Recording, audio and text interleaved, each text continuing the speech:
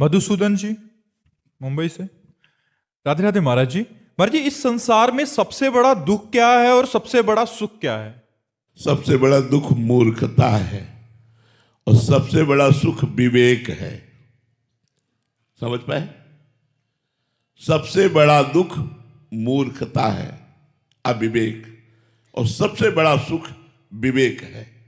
तब लग कुशल न जीव कहूं, सपने हो मन विश्राम, जब लग भजत न राम कहूं, शोक धाम तजी काम।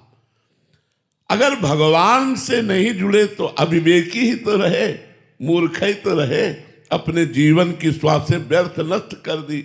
तो चाहे कोई इंद्र के समान धनी हो, त्रिभुवनपति, और भगवान से विमुख है, अज्ञान युक्त है, तो वो दुखी है। एक अप्सरा स्वर्ग की उतर आवे तो ऋषि मुनियों के मन चलायमान हो जाए। ऐसी अप्सराओं का स्वामी इंद्र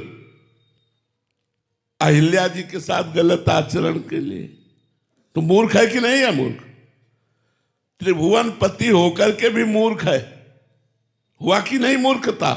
एक ब्रह्म ऋषि की, एक महर्षि की पत्नी के प्रति गलत भाव करना, इसीलिए श्राप दिया जाते हैं शरीर में 1000 भाग हो जाए।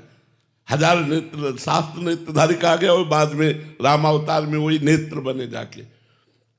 तो हम ये कहना चाहते हैं कि हम तुम तो मनुष्य हैं।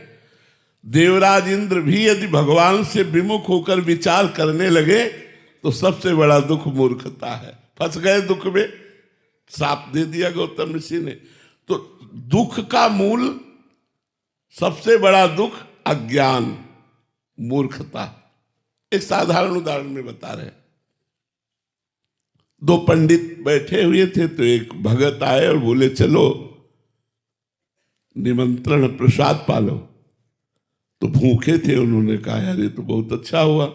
दोनों गए, प्रसाद पाए, तो 11-11 रुपया दक्षिणा दी भगत ने।